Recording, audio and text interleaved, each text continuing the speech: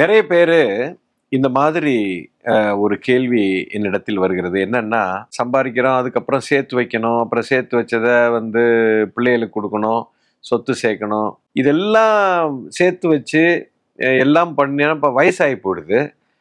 அதுக்கப்புறம் பார்த்தீங்கன்னா அனுபவிக்கிறதுக்கு நம்ம ஒன்றும் பண்ணவே முடியல. இது எதுக்கு போட்டு இவ்வளோ சம்பாரிச்சுக்கிட்டு சம்பாரிச்சது இப்போ கோடி கோடியாக சேர்த்து வச்சு பிள்ளைகளுக்கு கொடுத்து கடைசியில் என் வாழ்க்கையை நான் இழந்துட்டேன், பேசாமல் நல்லா சம்பாரித்து அனுபவிச்சுட்டு போக வேண்டியதானே அப்படிங்கிற மாதிரி நிறைய பேருக்கு இந்த ஒரு கேள்வி இருக்குது. இதில் நீங்கள் புரிஞ்சுக்க வேண்டிய விஷயம் என்ன அப்படின்னா, ஃபஸ்ட்டு அடிப்படையான இங்கே ஒரு அசம்ஷன் ஒன்று இருக்குது. என்ன நீங்கள் அசியூம் பண்ணிக்கிறீங்கன்னா, நான் சம்பாரித்து அந்த சம்பாரித்த பணத்தை செலவு பண்ணும்போது தான் எனக்கு சந்தோஷம் அப்படின்னு நீங்கள் ஒரு முடிவு பண்ணியிருக்கீங்க.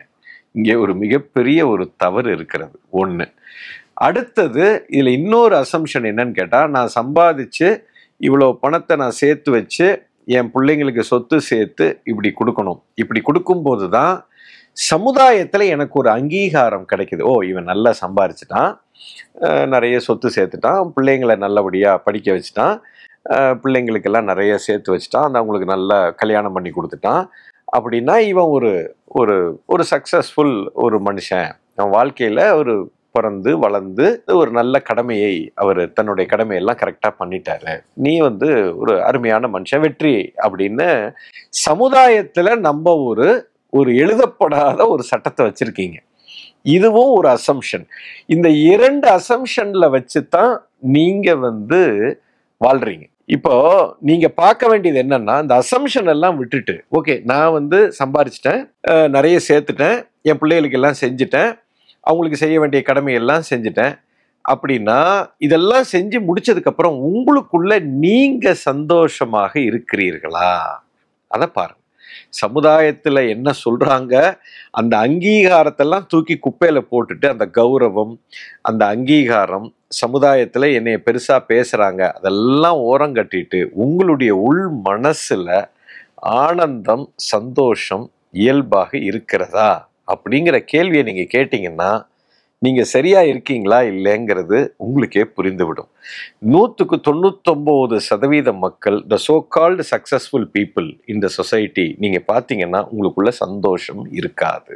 ஏனென்றால் சந்தோஷத்துக்கும் நீங்க செட்டில் ஆகுறதுக்கும், பணம் சேர்க்கறதுக்கும், சம்பாத்தியம் பண்றதுக்கும், கார் வாங்கிறது, வீடு வாங்கிறது, பிள்ளைகளை படிக்க வைக்கிறது, பிள்ளைகளுக்கு நல்லபடியா ஒரு இதை செஞ்சு கொடுக்கறதுக்கும் சம்பந்தமே கிடையாது. சந்தோஷம் என்பது உள்ளுக்குள்ள இருக்கக்கூடிய ஒரு உணர்வு. ஃபர்ஸ்ட் அடிப்படையே இதைத்தான் நீங்க புரிஞ்சு கொள்ளணும். ஸோ ஒரு மனுஷனுக்கு சந்தோஷங்கிறது எப்ப கிடைக்குது அப்படின்னு நான் போறதுக்கு முன்னாடி, இப்ப நீங்க புரிஞ்சுக்கிறது என்னன்னா, நான் முதல்ல சொன்ன பாயிண்ட், இவ்வளவு சம்பாரிச்சு அதை நான் அனுபவிக்கணும், நான் செலவு பண்ணணும். சம்பாரிச்சு வச்சுட்டு மட்டும் போகக்கூடாது, அதை நான் செலவு பண்ணும்போது தான் எனக்கு சந்தோஷம். செலவு பண்ணி பாருங்களேன், உங்களுக்கு சந்தோஷம் கிடைக்குதான்னு பாருங்க. பெரிய பெரிய கோடீஸ்வரன்லாம் எடுத்து பாருங்க, அவங்க 500 கோடி 1000 கோடி வச்சிருக்காங்க, என்ன வேணா வாங்க முடியும் நினைச்சா. இப்ப நினைச்சான்னா என்ன கார் வேணாலும் வாங்கலாம், எந்த இடத்துல வீடு வாங்கலாம், பங்களா வாங்கலாம், எந்த நாட்டுக்கு வேணாலும் பயணம் பண்ண முடியும், என்ன நகை வாங்கலாம், எந்த மாதிரி சுகத்தையும் அவனால் அனுபவிக்க முடியுங்கிறவனை போய் நீங்க கேட்டு பாருங்க, அவங்க சந்தோஷமா இருக்காங்களான்னா சந்தோஷமா இல்லை. ஸோ இது ஒரு ஏமாளித்தனம் தான் நான் சொல்வேன். நீங்க ஏமாந்து போறீங்க. ஸோ ஒரு மனிதனுக்கு நான் சம்பாரிச்சு சொத்து சேர்த்து அதை பிள்ளைகளுக்கு கொடுக்காம நான் அனுபவிக்கணும், அதுதான் வாழ்க்கை அப்படிங்கிற உங்க நினைப்பே ஃபர்ஸ்ட் தப்பு. எப்போ உங்களுக்கு சந்தோஷம் கிடைக்கும்னா, ஒரு மனிதன் எப்போ தன்னுடைய சுதர்மத்தில் இருக்கிறானோ அதுதான் சந்தோஷம். அதாவது எனக்குன்னு பிறப்பின் நோக்கம் எனக்கு தெரியணும். இந்த பிறப்போட நோக்கம் தெரிஞ்சு ஒவ்வொருத்தனும் ஒரு கர்ம வினையில் வந்திருக்கிறான். அப்ப அந்த நோக்கத்தை நான் பூர்த்தி செய்யும் பொழுதுதான் எனக்கு ஆனந்தமே கிடைக்கும். உதாரணத்துக்கு இப்ப என்னுடைய பிறப்பின் நோக்கம், நான் ஒரு பாடகர், எனக்கு பிறப்புல பாட்டுங்கிறது எனக்கு இயற்கையிலேயே இருக்குது, எனக்குள்ள கடவுள் எனக்கு கொடுத்திருக்கிற வரம் இது, இதுதான் நீங்க வரம் வாங்கிட்டு வந்திருக்கீங்கன்னு சொல்லுவோம். அப்ப நான் இந்த பாட்டை பாடுறேன் இல்லையா, பாடும்போது தாங்க எனக்கு சந்தோஷம் கிடைக்கும். நான் பாட்டு பாடி அந்த பாட்டை பெரிய ஃபேமஸ் ஆகி அதுல எனக்கு பல லட்சங்கள் பல கோடிகள் எனக்கு அந்த கோடிகளை நான் சேர்த்து வச்சு நான் வீடு பங்களாலாம் வாங்கி அந்த பணத்தை வச்சு நான் நிறைய செலவு பண்றேன். ஊர் ஊரா பயணிக்கிறேன். நான் அந்த ஊர்ல போய் ஒரு பங்களா வாங்கி அதுல தங்குறேன். ஒரு வைர நெக்லஸ் வாங்கி என் மனைவிக்கு கொடுக்குறேன். 10-15 சொகுசு கார்களை வாங்குறேன். இதெல்லாம் வாங்கி பயன்படுத்தினா எனக்கு சந்தோஷம்னா வரவே வராது. எனக்கு இறைவன் கொடுத்திருக்கிற ஒரு சக்தி என்னன்னா பாட்டுங்கிற அந்த சக்தி. நான் பாடும்போது எனக்கு உள்ள ஒண்ணு கிடைக்கும் பாருங்க. அது நீங்க எந்த சொகுசு கார்ல போனாலும் கிடைக்காது, எந்த வீடு வாங்கினாலும் கிடைக்காது, எந்த பிள்ளைகளுக்கு நீங்க சொத்து சேர்த்து கொடுத்தாலும் உங்களுக்கு கிடைக்காது. இதெல்லாம் சமுதாயத்துல உங்களை அங்கீகரிப்பாங்க. சமுதாயத்துல இது ஒரு ஓகே, இவர் செட்டில் ஆயிட்டாரு அப்படின்னு சொல்லுவாங்க. அந்த அங்கீகாரத்துக்கு வேணா நீங்க அதை வச்சுக்கலாமே தவிர, உங்களுக்குன்னு ஒரு அனுபவம்னு இருக்கு பாத்தீங்களா, நீங்க அனுபவிக்கிறீங்க அப்படின்னா உங்களுடைய சுதர்மம் தான் உங்களுக்கு சந்தோஷத்தை கொடுக்கும். இப்ப பாடுறவர் மாதிரி ஒரு மியூசிக் போடுறவர் ஒருத்தர் இருக்காரு, அவருக்கு அது அனுபவம் கிடைக்கும். ஒரு கிரிக்கெட் வீரர் இருக்காரு, அந்த கிரிக்கெட் விளையாடும் போதுதான் அவருக்கு சந்தோஷம் கிடைக்கும். அதை கடைசி வரைக்கும் அவர் விளையாடிக்கிட்டே இருக்கணும், அவ்வளவுதான். ஒரு நாள் இறந்து போவார், அவ்வளவுதான். அந்த அவர் விளையாட்டை வச்சு அவருக்கு கிடைக்கிற செல்வம், பேரு, புகழ் அதெல்லாம் அவருக்கு சந்தோஷத்தை கொடுக்காது. வேணா வச்சுக்கலாம், சமுதாயத்துல வேணா இதை வேணா வச்சுக்கலாமே தவிர அது அவருக்கு பெரிய சந்தோஷத்தை கொடுக்காது. ஒரு எழுத்தாளர் இருக்காருன்னா அவர் எழுதும் போதுதான் அவருக்கு சந்தோஷம் கிடைக்கும். ஒவ்வொரு தொழில் நீங்க ஈடுபடுறீங்க, அந்த தொழில்ல மேல உங்களுக்கு ஒரு ஈடுபாடு இருக்கும். அந்த தொழில் செய்யும் போது உங்களுக்கு ஒரு ஆனந்தம் இருக்கும். இவனுக்கு தொழில்ல தான் சந்தோஷம். ஒருத்தருக்கு சமையல் பண்ணும் போது ஒரு ஆனந்தம் கிடைக்கும். இவங்க சமைச்சுக்கிட்டே தான் இருக்கணும். நான் சமையல் பண்ணி அதை ஊரே சாப்பிட்டு எல்லாரும் கோடிக்கணக்கில் எனக்கு பணம் கொட்டி அதுல நான் காரு பங்களாலாம் வாங்கி சொத்து சேர்த்து அந்த சொத்தை நான் அனுபவிக்கும் போது எனக்கு சந்தோஷமானா கிடையாது. இதைத்தான் ஒவ்வொரு தனி மனிதனும் புரிஞ்சுக்கணும். ஸோ நீங்க செய்ய வேண்டியது நான் சம்பாரிச்சு செட்டில் ஆகணும், நான் இது எல்லாத்தையும் நான் அனுபவிக்கிறேன் கிடையாது. நீங்க என்ன வேலை செய்ய போறீங்க அதை முதல்ல முடிவு பண்ணுங்க.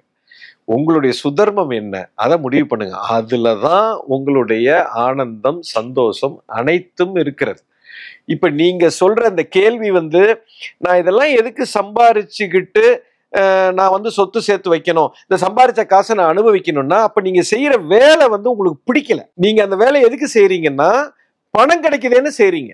அப்ப அந்த வேலைக்கும் உங்களுக்கு உள்ள இருக்கிற உயிர் சக்திக்கும் ஒரு முரண்பாடு இருக்குது. அதனாலதான் இந்த கேள்வியே வருகிறது. இந்த வேலை எனக்கு பிடிக்கல, இதை நான் செய்யறேன், எதுக்கு செய்யறேன், காசு பணம் வருது, கோடிக்கணக்கில் வருது. அப்ப நான் அந்த கோடிக்கணக்கில் சம்பாரிச்சு நான் எதுக்கு சேர்த்து வைக்கணும், இந்த வேலையே நரகத்துல இருக்கேன், இதுல இருந்து எனக்கு ஒரு பிரேக் வேணும். அப்ப இந்த வேலையை செஞ்சு செஞ்சு செஞ்சு எனக்கு அலுத்து போச்சு. இப்ப இதுல இருந்து சம்பாரிச்ச பணத்தை வச்சு நான் ஒரு வீடு வாங்கி அதுல நான் அனுபவிச்சுக்கிறேன், ஒரு கார் வாங்கி நான் அதை அனுபவிச்சுக்கிறேன், ஒரு பங்களா வாங்கி ஒரு நகை வாங்கி நான் அனுபவிச்சுக்கிறேன், பெரிய பெரிய பிளேன் வாங்கி நான் அனுபவிச்சுக்கிறேன், அந்த நாட்டுல ஒரு வீடு வாங்குறேன். அப்ப நீ உன்னுடைய வேலையை நீ ரசிக்கவில்லை.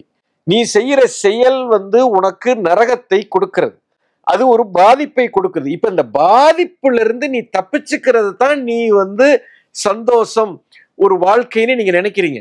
இது மிகப்பெரிய ஒரு தவறு. செய்யற வேலையே ஆனந்தம், செய்யற செயலே ஆனந்தமா இருக்கும், அங்கேயே உங்களுக்கு கிடைச்சிரும். அதை சம்பாரிச்சு செய்யணுங்கிற அவசியம் இல்லை. சோ இதுக்கு பின்னாடி இருக்கிற சூட்சமத்தை நீங்க தெளிவாக புரிஞ்சுக்கணும். காலையிலிருந்து 8-10 மணிக்கு ஆபீஸ் போயிட்டு ராத்திரி 8 மணி வரைக்கும் நான் நரகத்துல இருந்துட்டு 8 மணிக்கு அப்புறம் நான் போய் பப்லையும் டான்ஸ் ஆடிக்கிட்டு எதையோ ஒண்ணு பண்ணி இது சந்தோஷமே அல்ல. இது நரகத்தில் இருந்து நான் விடுதலைக்காக பிரேக் எடுக்கிறேன். இந்த பிரேக் சந்தோஷம் நினைக்கிறீங்க, இது சந்தோஷமே கிடையாது. இதுதான் வாழ்க்கையில எல்லாரும் ஏமாந்து போகிறார். இது மிகப்பெரிய ஒரு ஏமாற்றத்தை தான் உங்களுக்கு கொடுக்கும். ஆனால் சுதர்மத்தில் இருக்கிறவன், அவன் உயிரே ஏதோ ஒரு நோக்கி போகுது இல்லையா, அவன் அந்த 10 மணி நேரம் வேலை செய்யறான்ல, செய்யும் போதே அவன் அனுபவிச்சிருவான். செய்யறதே ஒரு ஆனந்தமா இருக்கும், செய்யறதே சந்தோஷமா இருக்கும். அந்த வேலையை செய்யறதுல பலனும் கிடைக்கும். அந்த பலனை அவனுக்கு பெரிய சந்தோஷத்தை கொடுக்க தேவையில்லை, ஏன்னா இதுலயே அவன் அனுபவிச்சுட்டான். அது கொடுக்கக்கூடிய பணத்தையும் சொத்தையும் வச்சு அதையும் சேர்த்து அனுபவிச்சுக்கலாம். ஆனா அது இருக்கணும்னு அவசியமே இல்லை. அவன் அதை கவலையே படமாட்டான். அது கோடியில வரும், 1000 கோடி வரும், 10,000 கோடி வரும். பட் அது அவன் பத்தி கவலைப்பட வேண்டிய அவசியம் இல்லை. அது வேணா அவன் பிள்ளைக்கு கொடுக்கட்டும், ஆனா அவன் பிள்ளை அதை அனுபவிக்க முடியாது. பிள்ளைக்கும் அகெயின் சுதர்மம் தான் அவனுக்கு சந்தோஷத்தை கொடுக்குமே தவிர வேலை கிடையாது. இதைத்தான் புரிந்து கொள்ள வேண்டும். மிகப்பெரிய ரகசியம் இது. இது யார் புரிந்து இதுல ஈடுபடுறாங்களோ வாழ்க்கை ஒவ்வொரு கணமும் ஆனந்தமாகவும் சந்தோஷமாகவும் இருக்கும்.